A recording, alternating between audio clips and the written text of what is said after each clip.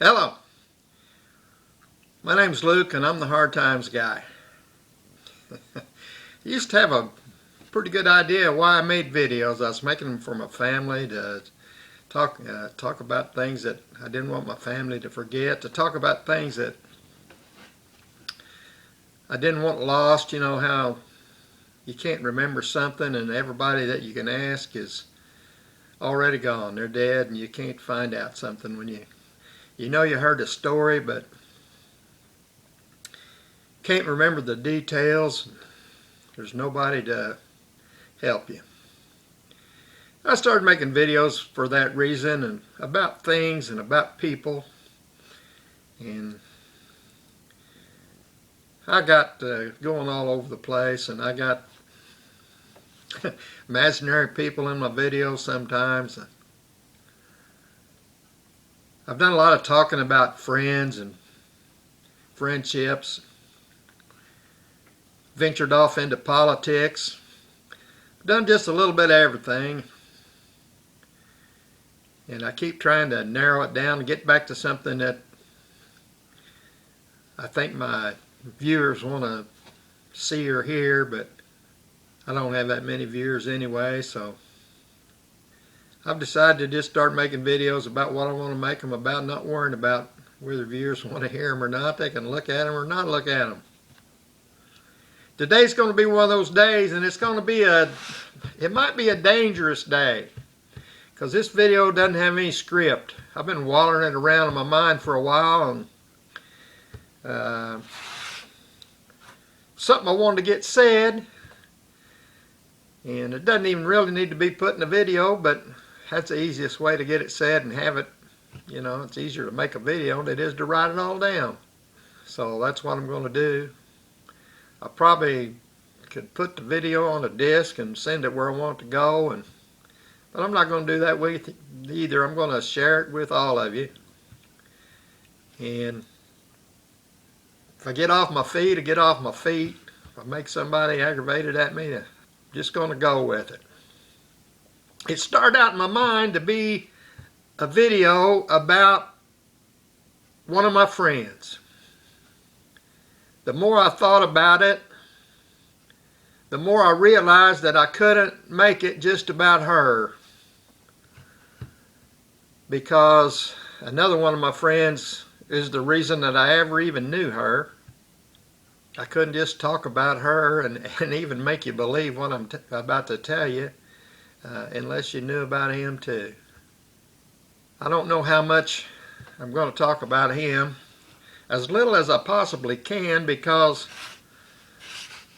in my videos I tend to just go with what's on my head, and yeah, I'll tell you about that in a minute. Let's talk about her. Her name's Brenda. And you know how I am about friends. You know how I've had videos where I talked about really good friends, and then I've talked about friends and to a lesser degree, and then a lot of people have acquaintances that they call their friends, and I may do that too in some instances. But usually when I'm talking about friends, it's somebody I consider a good friend.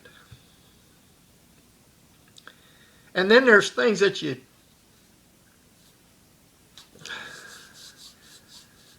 in order to call somebody a good friend, there's certain things that I believe have to be true.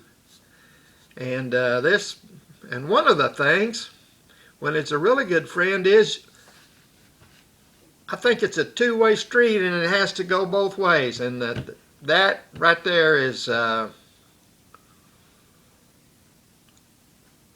to be hard to get to with this friend. And then beyond that, I think you can't even know that you're really good friends until you've spent quite a bit of time together. Because having common interests and things to talk about and things to enjoy together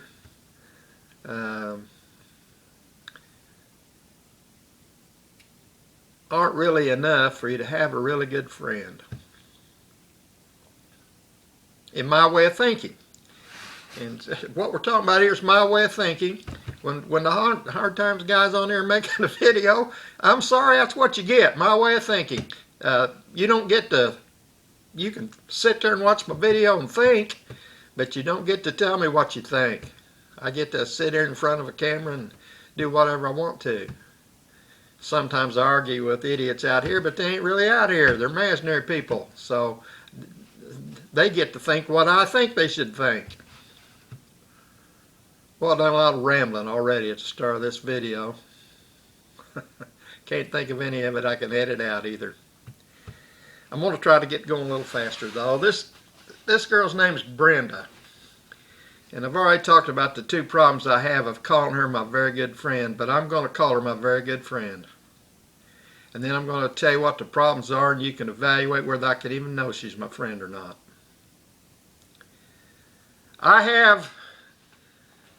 Let's start with when I met her. I think I met her in 1982. It might have been 1983. It was right around in there somewhere. Early 1980s. And I don't know the answer to this either, but I think that General Motors changed the body style of the Camaro in 1982, and they come out with that 82 to, I don't know, 89 or so. That many years they had that same body style. I know in 85 was that body style. So the body style of a 1985 Camaro, when that first come out, if it was 82 or 83, it had to be one of those years. Because this friend came to Indiana from Wyoming with my other friend in a new Camaro that was that body style. And it was red. I think it was a two-door, hardtop coupe like those were. They came from Wyoming to Bedford for a visit, and in 1982 or 83, and they spent 3 or 4 days visiting us here in Bedford, and that was the first time that I met her. And she was my friend, my old friend from high school. Bill's his name. She was his girlfriend. I don't know, she was probably 20 years younger than him. Maybe not that much of a difference in them, but close to that. 17 to 20 years difference in them. And he was all about that kind of thing then. He still is. But that's neither here nor there. This girl was his girlfriend, so I met her in 1982. Her name was Brenda. I liked her right off. I mean, what's not to like about a pretty young, blonde-headed girl?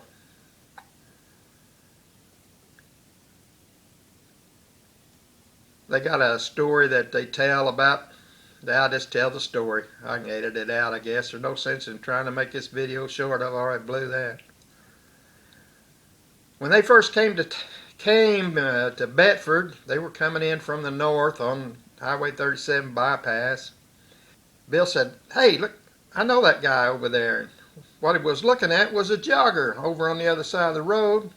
I'm assuming Bill and Brenda were coming southbound because they were coming to Bedford. So the jogger, he was on the other side of the road going north, run along the shoulder. Bill said, "I know that guy." He went down, turned around, he came back up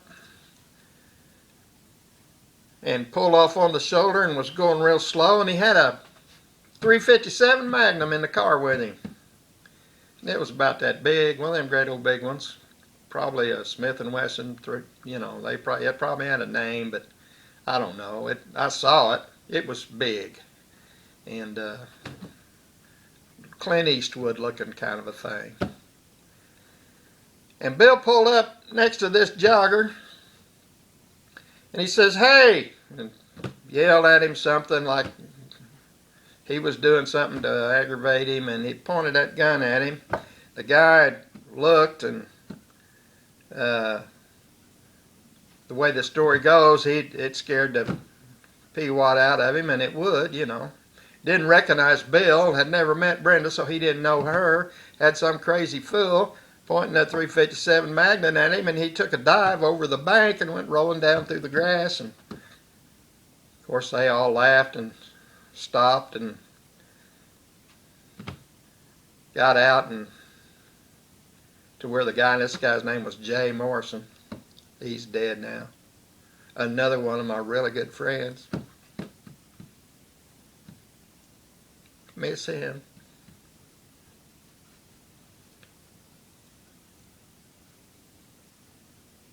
And deserved every bit of what just happened to him, because he's that kind of guy too. He just loved to play a practical joke on somebody.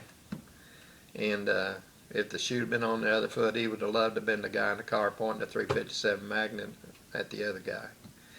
But that's the only thing that I can really remember about that visit. That visit lasted, I'm going to say, 3 or 4 days. And that was the visit that I first was introduced to Brenda and met her. And I'd heard stories about her. Bill calls me all the time, tells me stories. And when he's got something really good going on, he tells me all about it 3 or 4 times, or 10 times, or 20 times. And he's pretty proud of Brenda. She's a pretty little girl. And so I'd heard quite a bit about her. But that was the first time that I met her. And I want to say that they visited maybe 3 or 4 days and were gone. So for the benefit of the doubt, I'm going to say they was here 4 days. 1982, let's say. Then in 1992, Betty and I, and actually our youngest daughter, Brett, we flew from Indianapolis to Denver, and Bill and Brenda came and met us in Denver. They lived in Casper, Wyoming at that time. And we gommed around there, and I'm going to stop just a minute. I just used a word that I use all the time. Never realized I used it. Didn't even realize how it's supposed to be spelled. Though. This week I discovered a lady. Her name's Tipper Presley. That's Pressley, I believe. Tipper. I don't really know what her first name is. Maybe it is Tipper. I figure that's a nickname. She makes videos. Kind of like the ones I make. She makes them about all different kinds of things. Her channel is called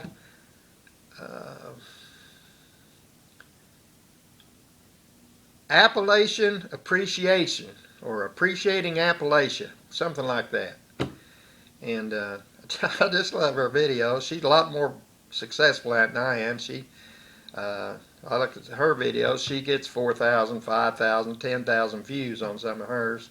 Talking about making cornbread, and had more views on a video about making cornbread than I got on all 75 of mine. But that's all right. She's just sweet as can be, and I like her, and I'm just going to tell you that I met her this week, and one of the videos she had was about Appalachian words, and one of those words was gaum. And she spelled it G-A-U-M. And I just used that word, and it just made me think of her. Didn't mean to put that in this video at all, but there it is. Go look her up. Start watching her videos. You probably like them better than you like mine anyway. Okay, back where we went to, Betty and I and Brett flew, and we spent a few days with Bill and Brenda. 1992. We met in Denver. We played golf at Breckenridge and some other Jack Nicklaus course. Vail, Colorado, we went there. I like to tell a story about that trip. I decided to buy lunch. Bill buys everything all the time. He's got a lot more money than I do. So he likes to buy stuff, and he does a good job paying his way. Me and Betty just let him, because why not? But I decided out there I'd buy dinner one day. I mean, what could it cost me? We was at Vail. We just had tuna fish salad sandwiches. I decided to play the big shot and say, I'll get this. 4 tuna fish salad sandwiches and some chips, and I don't know. Betty might have drank water. She usually does. 3, maybe 4 drinks. $115 cost me to eat a tuna fish sandwich in Vail, Colorado. And that was in 1992. That doesn't have anything to do with anything either. It just happened on that trip. We went from there on up through, and I'm not sure, we drove from Denver to where Bill lived in Casper and spent a couple of days at his home there. Lived in a big log home on the side of the mountain there at Casper. Nice place. There's a story about that too, but I'm not going to tell you about it. And Bill and Brenda were our hosts in their home.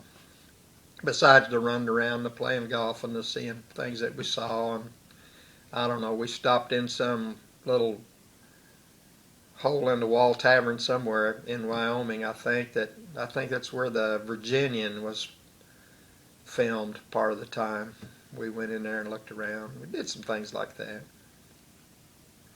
And on that trip, I'm going to say it lasted 3 or 4 days. And for the sake of the argument I'm going to make here in a minute, I'm going to say it lasted 4 days. 1982, 4 days. 1992, 4 days. Then I didn't see Brenda again for a long, long time. In fact, her and Bill broke up.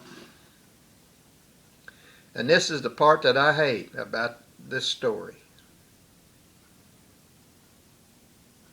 My friend had a girlfriend, and because of that, she became our friend. Betty and I consider Brenda our friend. And then, because they were so far away from us, and because of their breakup, in fact, they broke up, and we heard all the stories about how crazy she was and the stupid things that she did that caused him to break up with her. But that's about all we heard about Brenda for a long time. So she kind of went away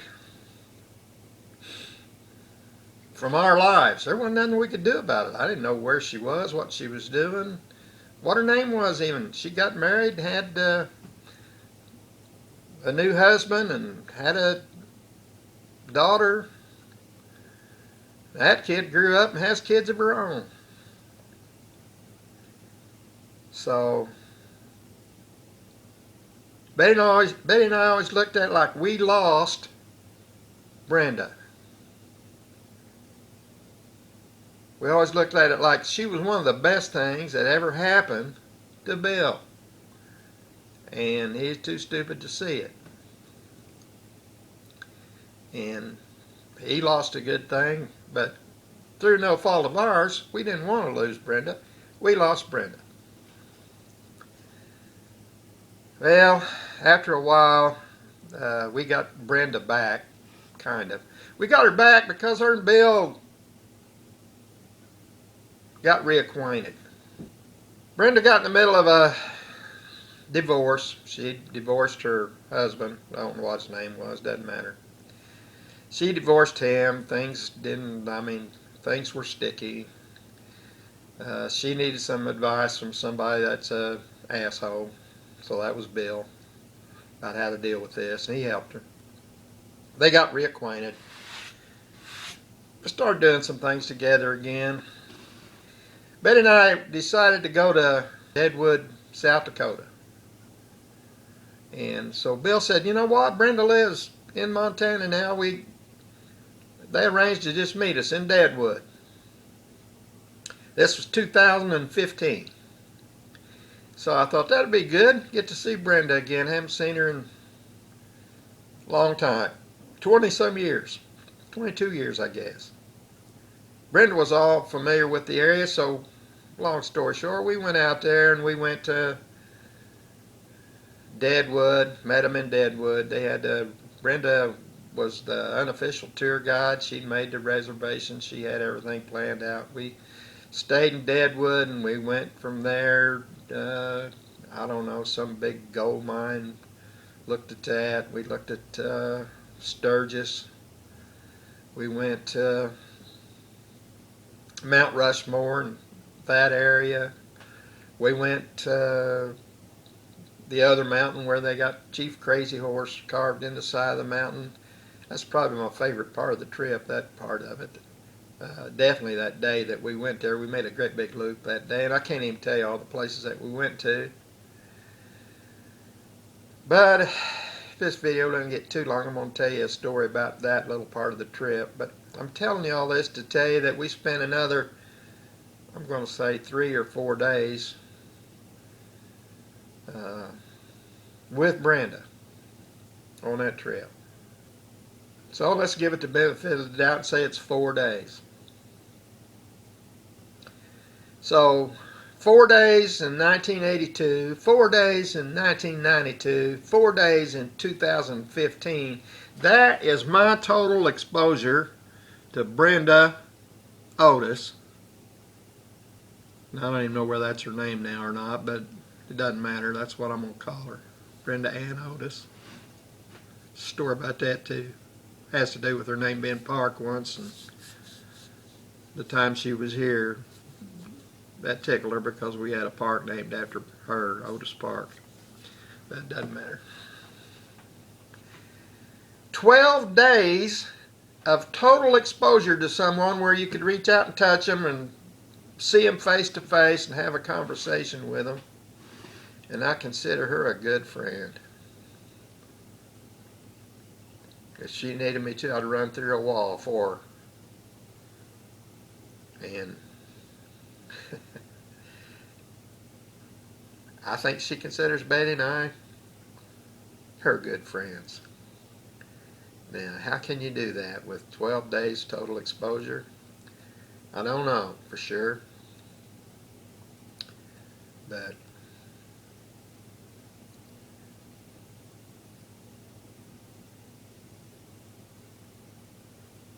she is a lady who I consider my good friend. I said all that without talking about Bill too much.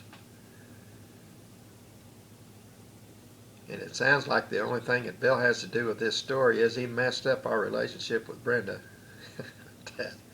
That's not true either. This video's been long enough, so I'm not even going to talk about Bill in it, because I could talk about him for, I could sit here for weeks and talk about him. He's another one of my good friends, and I know he's my good friend, but I don't know if, I think I got all the effort in him being a good friend. I'm going to say this, and he lives a long ways from me, and he has for a lot of years. We've been friends since we were about 13 or 14. And there's no doubt in my mind that he's a good friend as I've ever had. And I love him. And I have to, because if I didn't, we wouldn't be friends. Because he's aggravating as all get out. He does all kinds of things that I don't like. And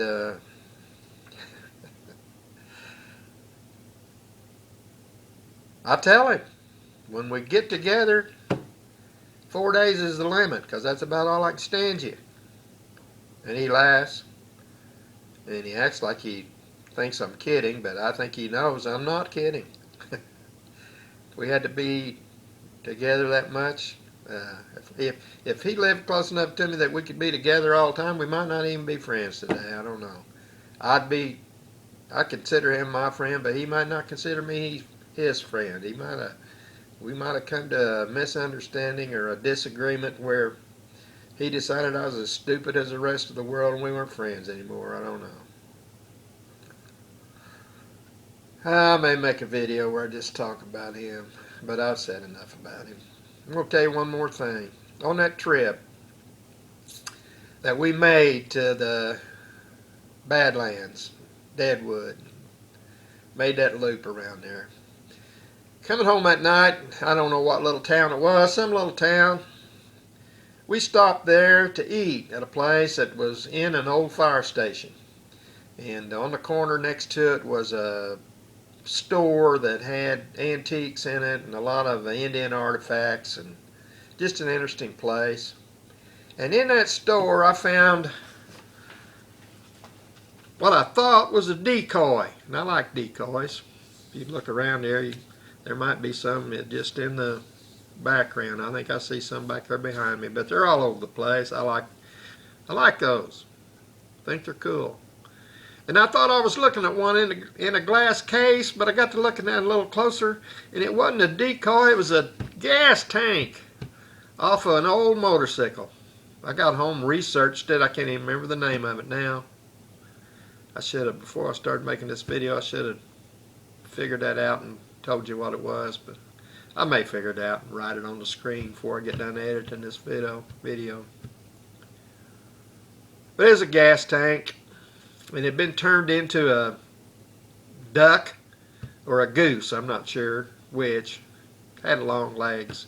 It was a weldment, nicely done, and I liked it. And they wanted $135 for it. And I thought, man, that's a lot of money for that thing. And there wasn't any way I could figure like I'd ever get my money back if I tried to resell it again. And I wasn't buying it because I wanted to resell it though, but I've got that thing about me that I like to buy something at what I consider is a price that it's worth. So I made them an offer, and they didn't like my offer. I can't even remember what it was. I think it was $100. They called it was like a antique mall place. The guy that actually owned the thing I wanted wasn't there, but they called him, got a hold of him, said, you got a guy here from Indiana wanting this, and he's offered this for it, and if you let him walk away, you're going to miss the sale because he's from Indiana, and when he leaves here, he'll never be back. The guy, he thought about it a while, but he said he just didn't want to sell his gas tank for that. So we went on over to the fire station, ate supper, went on back to our hotel in Deadwood. I came home a few days later, and I had buyer's remorse about that. I wished I'd have bought it. I mean, I could have afforded it. What difference did it make if I spent $135 on something that I thought was worth $50 or $35 or whatever? It didn't matter. If I'd have spent that money, we wouldn't have missed a meal. We wouldn't, I couldn't have looked in my billfold and told you before I looked within $135 what was in there. So it didn't matter. I should have bought it. Yeah, but I didn't. Got home, decided I wanted it. And called and talked to Brenda and found out what the name of the place was and got a hold of them and told them about I wanted to buy that gas tank that was turned into a decoy. I wanted to buy it, didn't care. I'd pay the guys full price, and I wanted them to ship it to me, and I'd pay that too. They'd already sold it. So I missed it. I'm going to do a video one of these days about buyer's remorse. And there's two kinds, that kind and the kind where you pay too much for something, then you're remorseful about that. I just throw that story in there for my hard times, guys. If you lasted that long, I felt like I owed you something about antiques and about buying and selling antiques, so I threw that in there. I'm a hard times guy. Until the next time, have a good day.